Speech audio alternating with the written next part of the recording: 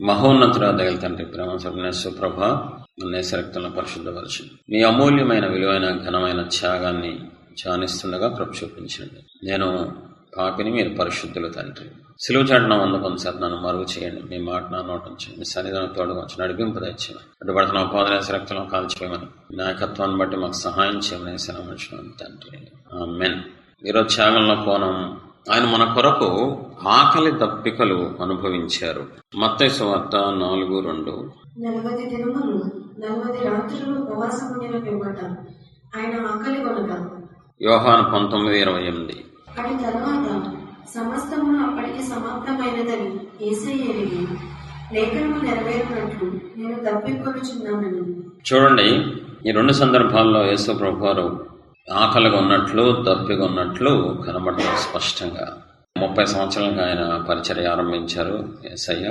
33.5 సంవత్సరాలకి పరిచర్య క్లోజ్ చేశారు, ముగించారు.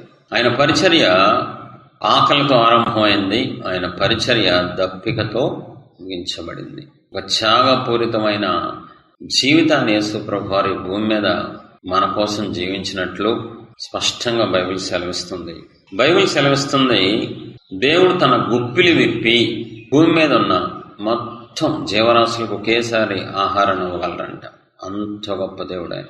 మనం గుప్పిలి విప్పితే ఒక పక్షికి 2 పక్షులకు ఒకవేళ కడుపు నిండుద్దేమో గాని, దేవుడు తన గుప్పిలి విప్పితే ప్రపంచంలో ఉన్న కోట్ల జీవరాశులకి ఆహారం తిని తృప్తిగా ఉంటారంట. ఇప్పుడు ఆకలి కొంటం ఏంటి, దేవుడు దప్పి కొంటం ఏంటి? మనుషులకి అది సంభవిస్తూ ఉంటది.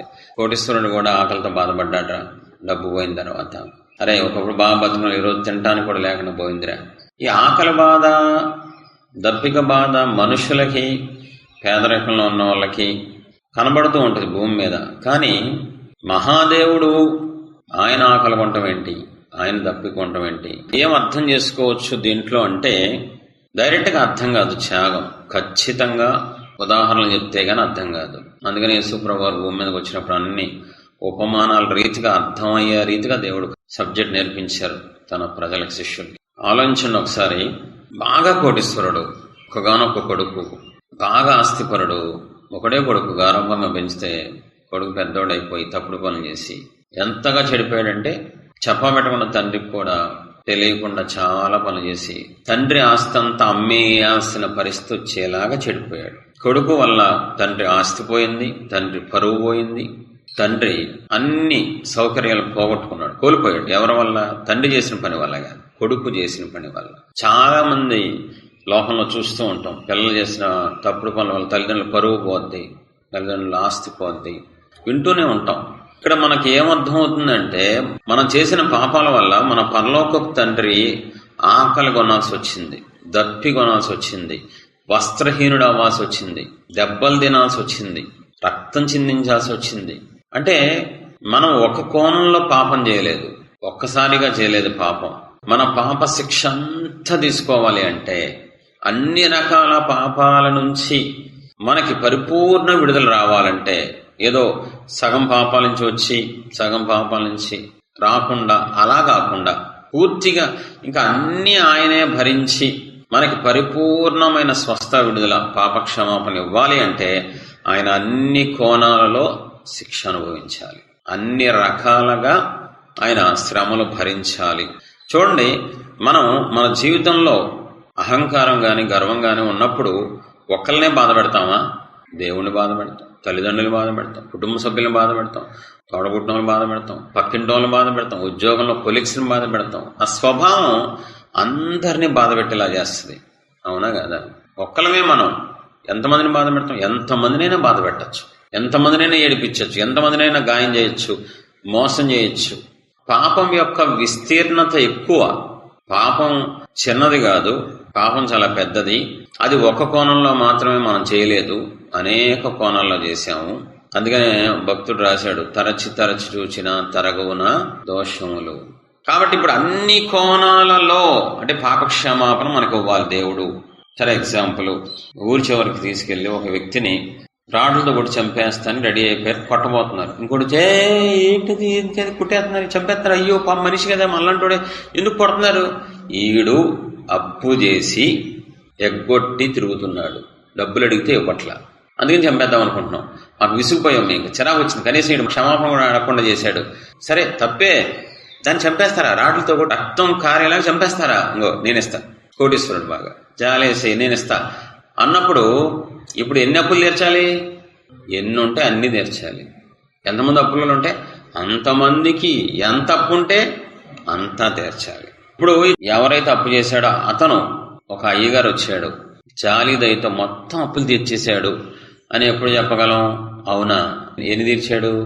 10 మందికి ఉన్నా నేను అప్పులు 10 మందికి తీర్చేశాడు. ఎంత తీర్చాడు?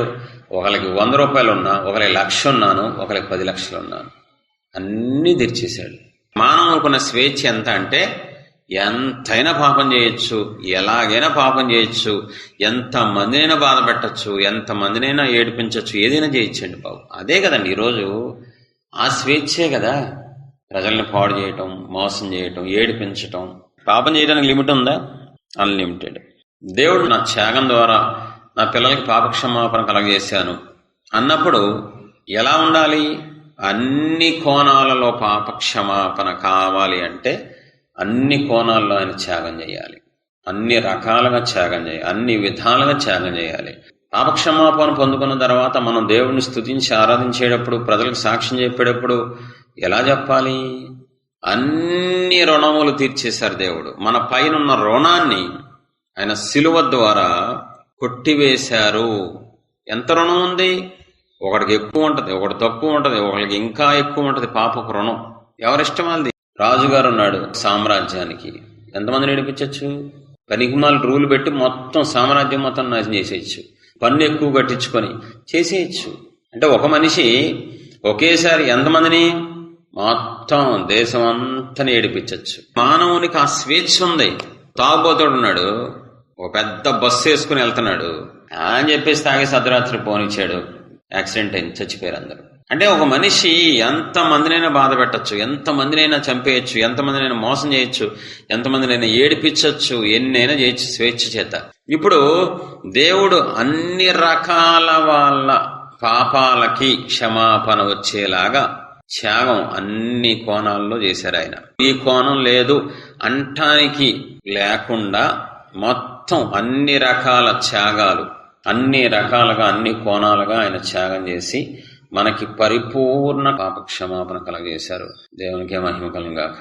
అంతేకాకుండా ఆత్మీయ అర్థం ఏమొస్తుందంటే ఆయన దప్పికొని మనకి ఆత్మీయ దప్పిక తీర్చారు. దేవునికి మహిమ కలుగాక.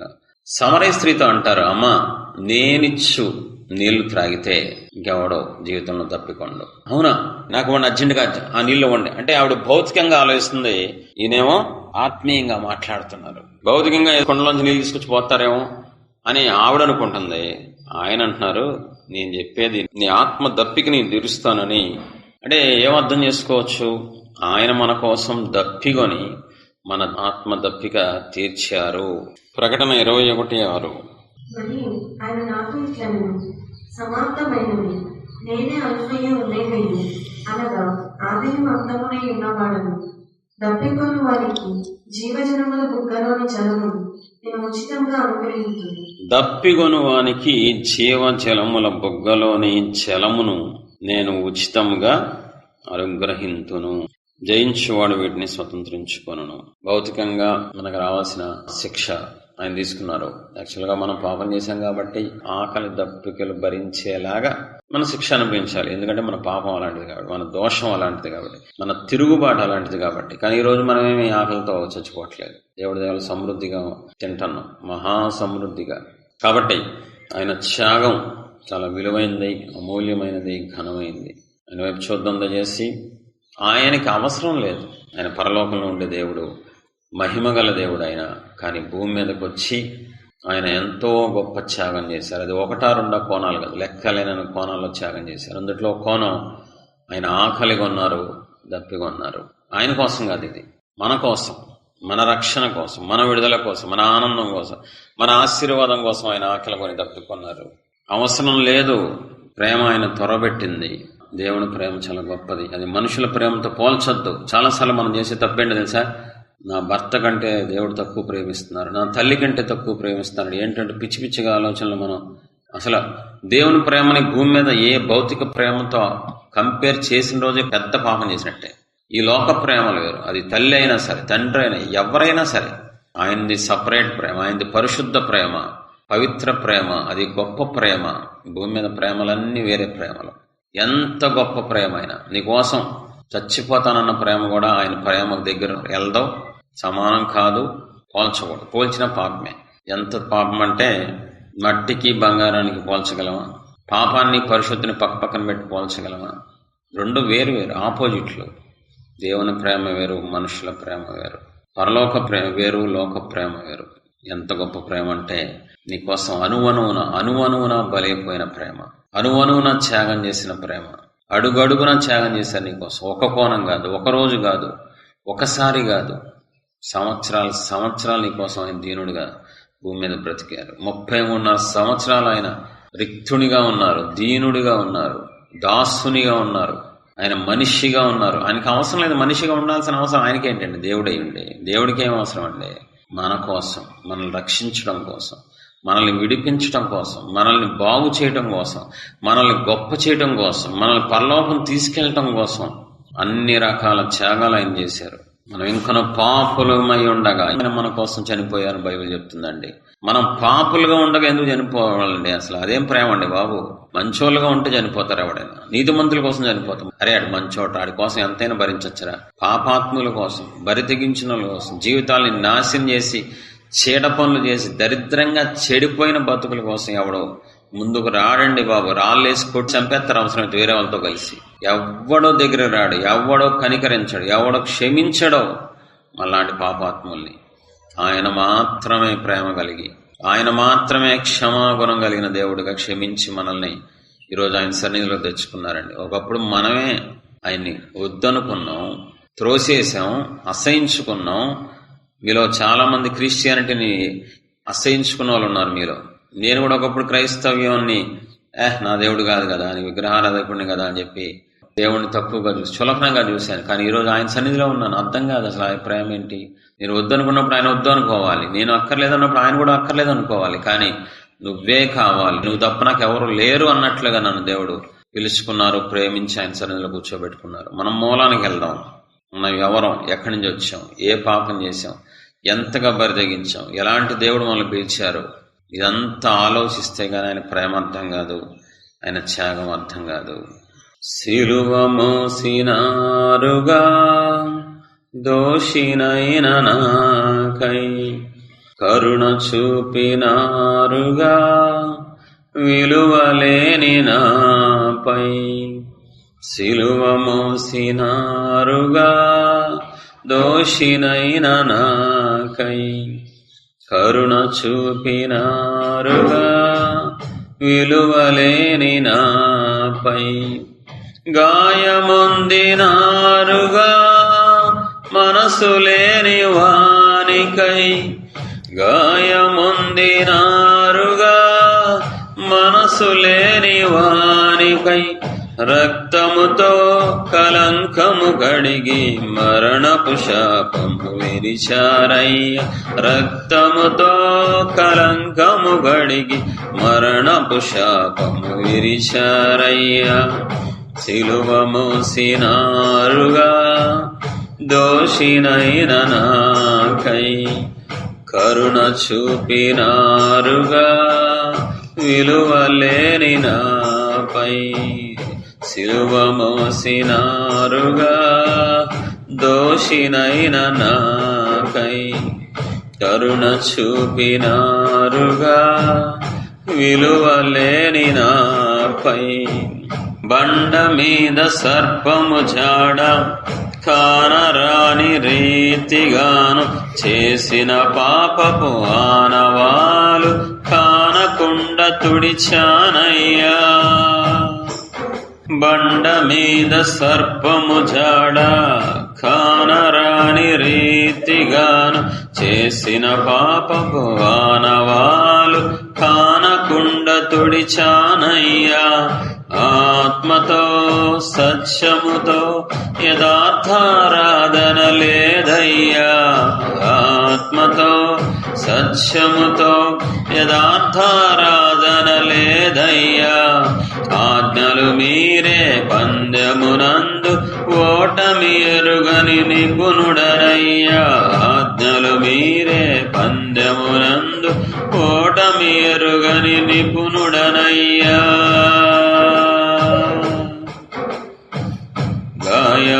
గాయముందినారుగా మనసు లేని వానికై, గాయముందినారుగా మనసు లేని వానికై, కంటబడే వారందరిలో శుద్ధుడను అని తలిచాను. గర్వముతో మరుగైన స్నేహం కానకుండా చేశానయ్యా. కంటబడే వారందరిలో శుద్ధుడను అని తలిచాను. గర్వముతో మరుగైన స్నేహం కానకుండా చేశానయ్యా. ఎల్లవేళలా ఎదుటి వారిలో లోపము వెతుకుతూ బ్రతికానయ్యా. వాక్యముకైనా రూపము మార్చి ఊహ కందని నేర్పరినయ్యా. వాక్యముకైనా రూపము మార్చి ఊహ కందని నేర్పరినయ్యా.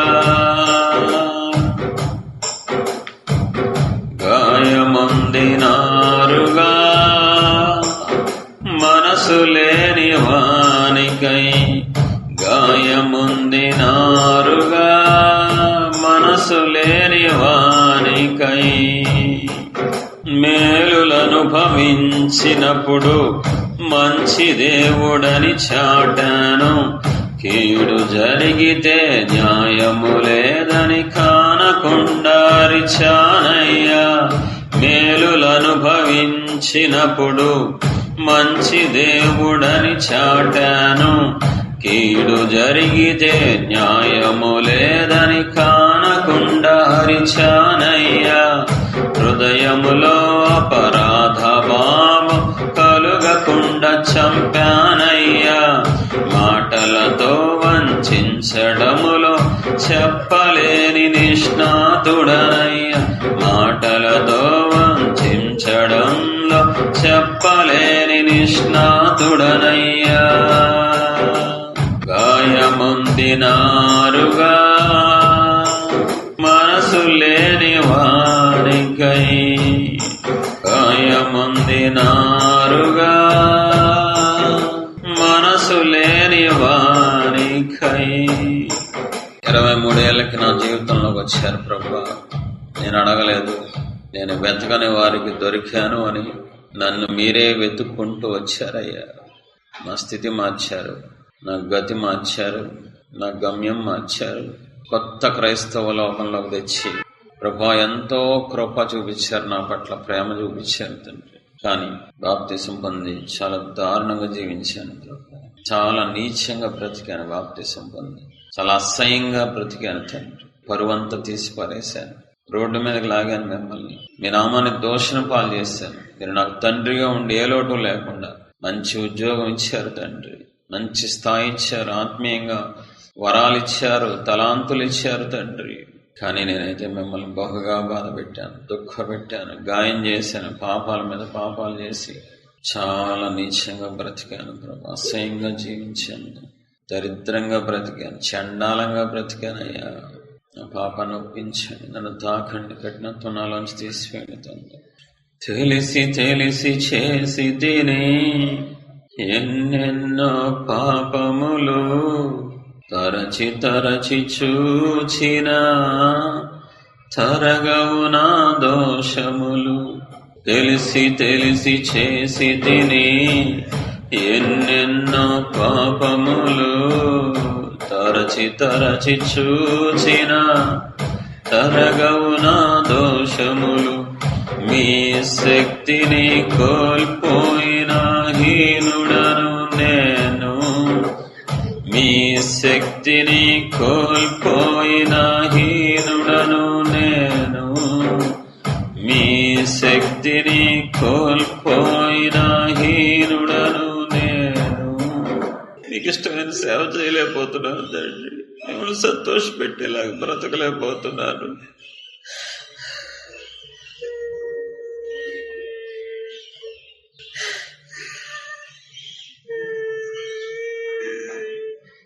నాకు సహాయం చెయ్యండి తండ్రి.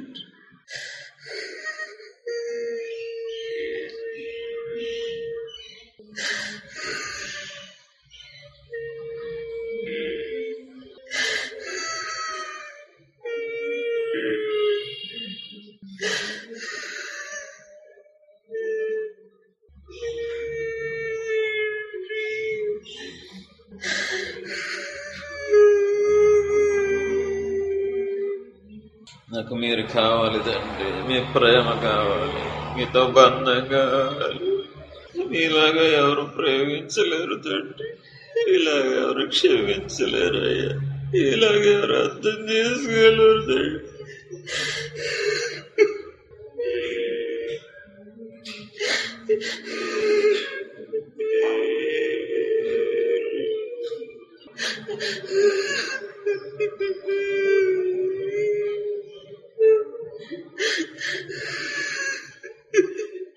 ప్రేమించని వారిపైన ప్రేమ చూపగా, ప్రేమించిన మీ మనసుని గాయపరచగా, ప్రేమించని వారిపైన ప్రేమ చూపగా, ప్రేమించిన మీ మనసుని గాయపరచగా,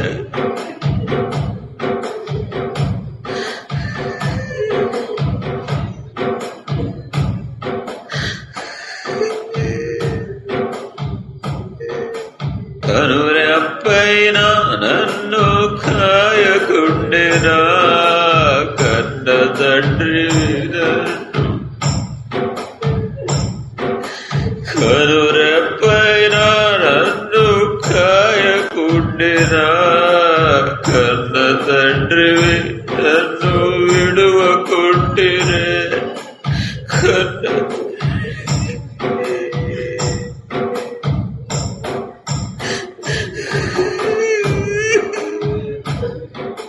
మీలాగా నన్ను ఎవరు ప్రేమించగలరు? మీలాగా నన్ను ఎవరు క్షమించగలరు? మీలాగా నన్ను ఎవరు ప్రేమించగలరు? మీలాగా నన్ను ఎవరు క్షమించగలరు? మీ లోకమే ఏకమై నిలచిన ఈ పక్షమై మీరుంటే చాలయ్యా. ఈ లోకమే ఏకమై నిలచిన నా పక్షమై మీరుంటే చాలయ్యా. నా పక్షమై మీరుంటే చాలయ్యా.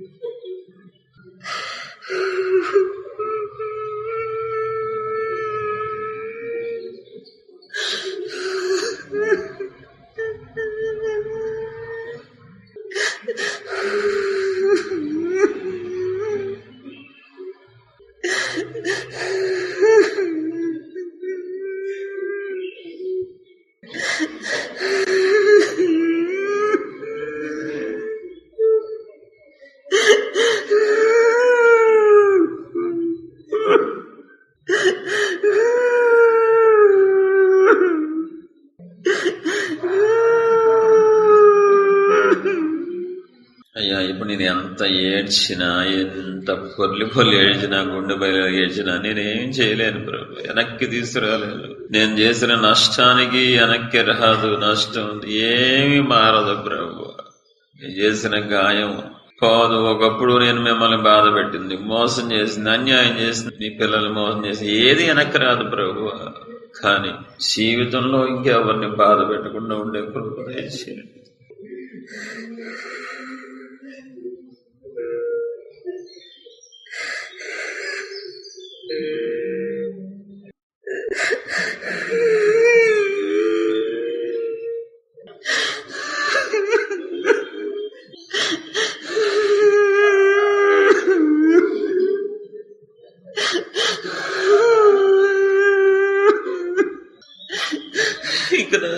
ఇక జీవితంలో ఎవ్వరు బాధపడకూడదు, నా వల్ల ఎవరు దుఃఖపడకూడదు, నా వల్ల ఎవరికి నష్టం చేకూర్చకూడదు, నా వల్ల ఇంకేది జరగకూడదు, హాని జరగకూడదు తండ్రి. నాకు కృప వండిలే, చంపేయండి బాబా, వద్దు ఈ పాప బ్రతుకు, నీచమైన బ్రతుకు వద్దు. నా వల్ల మీకైన గాయం చాలు, నా వల్ల మీకు కలిగిన దుఃఖం చాలు, మీరు కార్చిన కన్నీరు చాలు, నా తలదించుకున్న చాలు తండ్రి. అలాంటి నీచుడిని కన్నందుకు, రక్తం కార్చినందుకు బాగా సాగిన శాస్తి చేశానయ్యా. సాతాను ముందు తలదించుకునేలా చేసిన దరిద్రమైన బ్రతుకు తండ్రి, శాడిస్టు బ్రతుకు, చండాల బ్రతుకు, తల ఎత్తిన మిమ్మల్ని తలదించింది.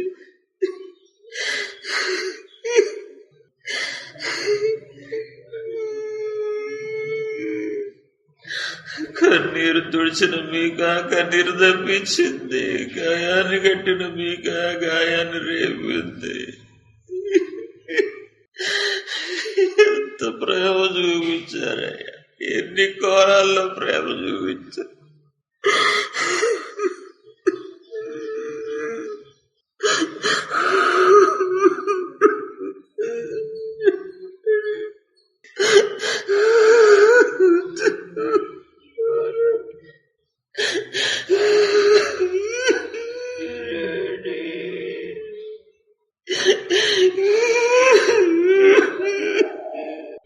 మీ చిత్తాన్ని చేయాలని ఆసున్నది నాన్న, మీ బిడ్డగా మారాలని మనసున్నది నాన్న.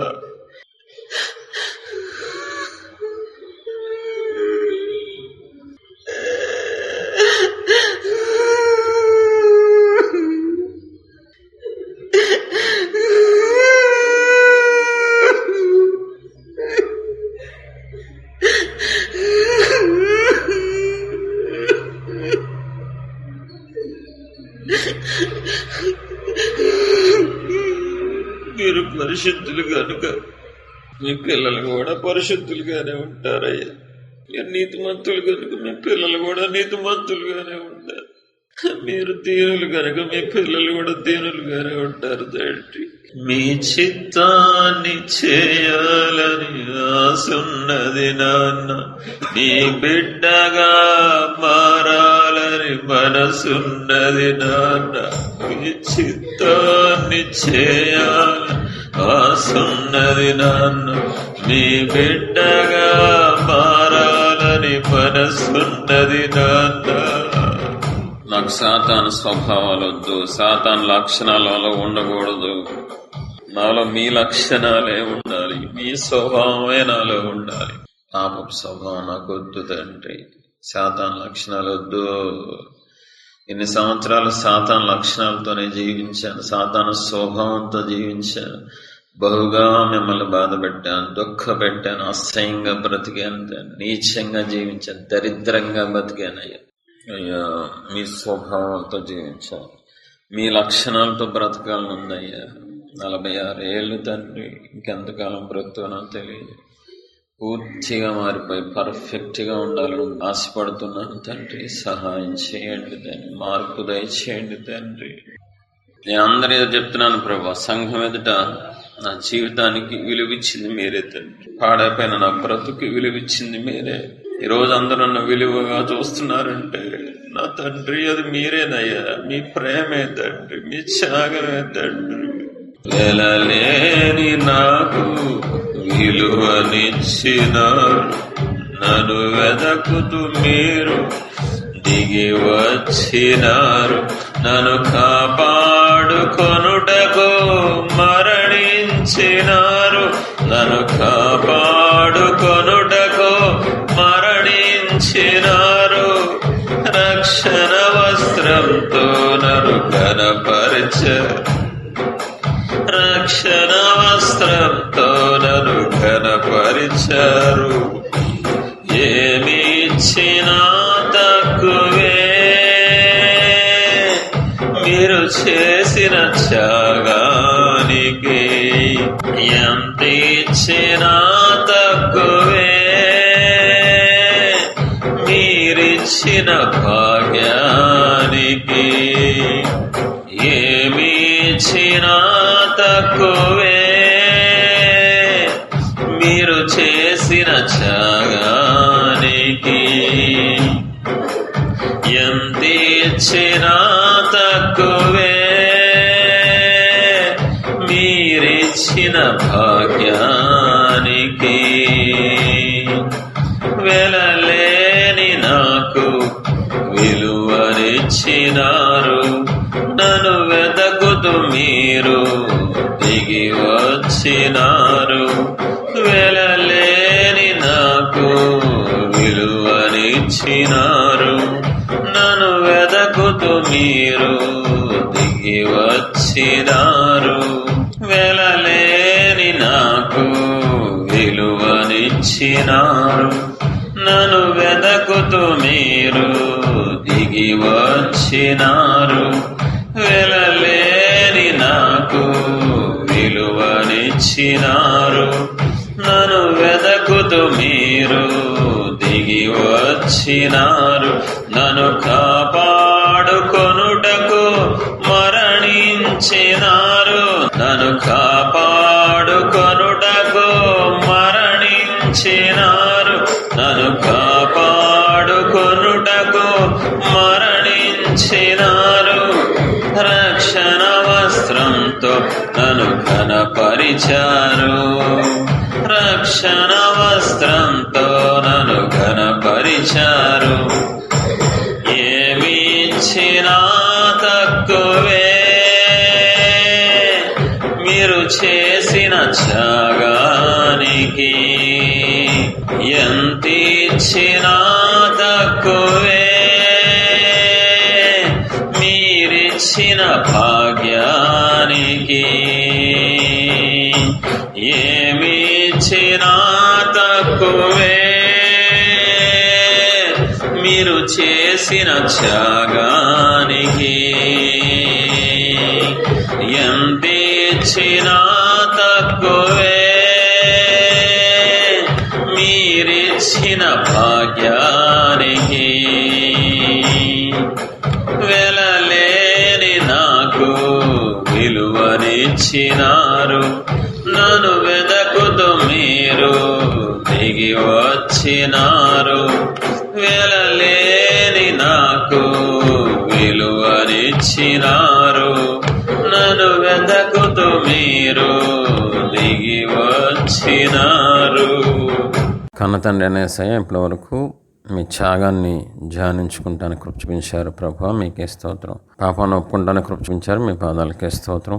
మీరు ఇచ్చిన ప్రతి కన్నీటి బొట్టును బట్టి, మీరు తాకి మాకు ఇచ్చిన ప్రతి కన్నీటి బొట్టును బట్టి మీ పాదాలకే కోటి స్తుతులు, కోటి ముద్దులు తండ్రి. సమస్త మహిమ మీ పాదాలకే చెల్లిస్తున్నాం తండ్రి. ఆమేన్.